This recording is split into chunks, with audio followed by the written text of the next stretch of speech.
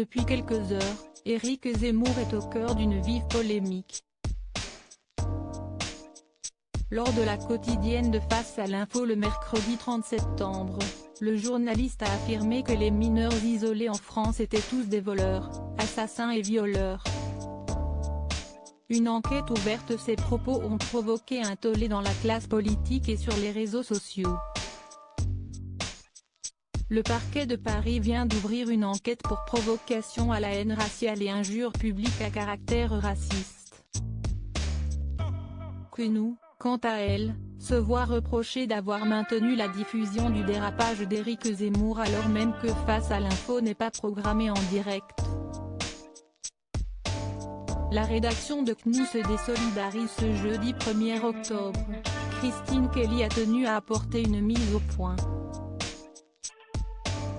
L'ex-chroniqueuse de Cyril Hanouna n'en touche pas à mon poste a souhaité rediffuser la séquence qui a suivi les déclarations polémiques d'Éric Zemmour.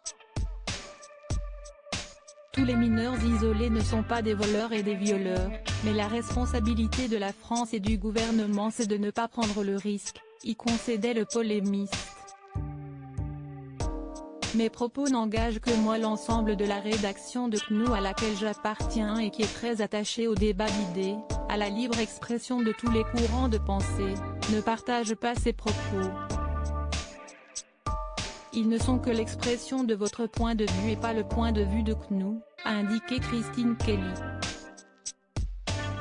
Éric Zemmour a tenu à préciser, mes propos n'engagent que moi. C'est moi qui suis honni, c'est moi qui suis critiqué, c'est moi qui suis attaqué en justice, ce n'est ni la rédaction de Quenu, ni d'autres personnes. Face à l'info bouscule BFM TV au lendemain d'une audience record. Face à l'info s'est stabilisé en séduisant 576 000 téléspectateurs, soit 3,1% des 4 ans et plus. Quenu, qui a atteint un pic à 637 000 curieux, s'est classé leader des chaînes info. BFM TV, pourtant large leader à 700